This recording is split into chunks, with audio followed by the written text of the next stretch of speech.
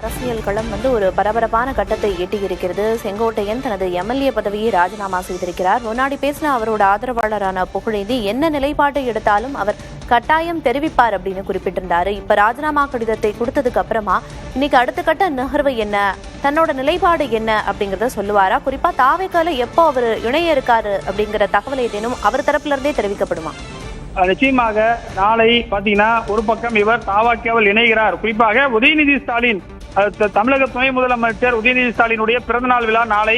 எனவே ஒரு பக்கம் இது ஒரு பிறந்தநாள் விழா கொண்டாட்டம் நடைபெற்றிருக்கும், மற்றொன்று பெரிய ஒரு அரசியல் எழுச்சியுடன் வந்திருக்கூடிய விஜய் ஒரு பக்கம் செங்கோட்டையை கட்சியில் இணைக்கிறார். இரண்டுமே நாளைக்கு ஒரு முக்கியத்துவம் வாய்ந்த நாளாக தமிழகத்தில் இருக்கிறது. அந்த அளவிற்கு செங்கோட்டையினுடைய குறிப்பாக கொங்கு மண்டலத்தில் அதாவது மாவட்ட செயலாளராகவும் இருக்கிறார். கட்சியில அதிமுகவுடைய மாவட்ட செயலாளராகவும் இருந்தார். அண்மையில் தான் அந்த பொறுப்பு அவரிடமிருந்து பறிக்கப்பட்டது. பல ஆண்டுகள் அதிமுகவில் மாவட்ட செயலாளர் என்பது சாதாரணம் கிடையாது. 2011 அதிக அளவில் அதிமுக எம்எல்ஏக்கள் ஈரோடு மாவட்டத்தில் வெற்றி பெறுவதற்கு காரணமாக இருந்தவர். 2016 ஆண்டும் அதிமுக அதிக அளவில் ஈரோடு மாவட்டத்தில் வெற்றி பெறுவதற்கு காரணமாக இருந்தவர் செங்கோட்டையன்.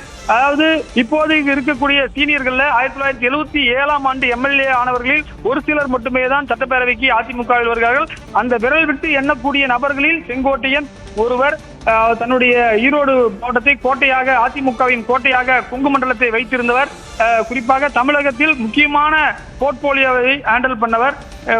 போக்குவரத்து துறை, குறிப்பாக ஈரோடில் பல சாலைகளை போட்டது போன்ற அங்க இருக்கக்கூடிய மாவட்ட அளவிலான முக்கியமான பிரச்சனைகளை அவர் தீர்த்தது. அதே போல பள்ளிக்கல்வித்துறை அமைச்சராக இருந்தபோது பல்வேறு விஷயங்களை செய்தது. 2011 அவர் வருவாய்த்துறை அமைச்சராக இருந்தபோது பல்வேறு விஷயங்களை அவர் செய்திருக்கிறார். எனவே அவர் ராஜினாமா என்பது தமிழக அரசியலில் ஒரு முக்கியத்துவம் வாய்ந்ததாக பார்க்கப்படுகிறது. தமிழக சட்டப்பேரவை வளாகமே தற்போது பரபரப்பாக, குறிப்பாக தேசிய ஊடகங்களில் இருந்து அனைத்து ஊடகங்களும் அவருடைய வருகைக்காக, குறிப்பாக இன்னும் அவர் வந்த காரில் குறிப்பாக அதிமுக சின்னம் பொறித்த காரில் தான் வந்தார். அந்த காரில் இருந்து இன்னமும் கூட அந்த கொடி அகற்றப்படவில்லை.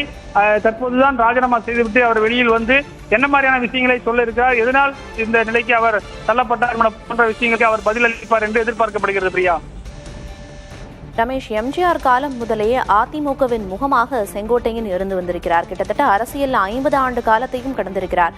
செங்கோட்டையன் மாதிரியான ஒரு அரசியலில் மூத்தவரோட வருகை அப்படிங்கிறது தாவேக்காவுக்கு எத்தகைய சாதகங்களை கொடுக்கும் அப்படின்னு எதிர்பார்க்கலாம்? விஜயகாந்த் தேமுதிக ஆரம்பிக்கும் போது பன்ருட்டியார் போன்ற ஒரு மூத்த தலைவருடைய ஆலோசனை பெரிய அளவில் உதவி செய்தது. எனவே இவருடைய உதவி என்பது தாவேக்காவுக்கு நிச்சயமாக உதவி செய்வதற்கு வாய்ப்பு இருக்கிறது. ஏனென்றால் தமிழக சட்டப்பேரவை நடவடிக்கையில் 50 ஆண்டு காலம் இருந்தவர். சில விஷயங்களை எப்படி அணுக வேண்டும், சில அரசியல் சாசன ரீதியான சில முக்கியமான பிரச்சனைகள் வரும்போது எப்படி தொடர்ந்து பேசலாம் ரமேஷ்.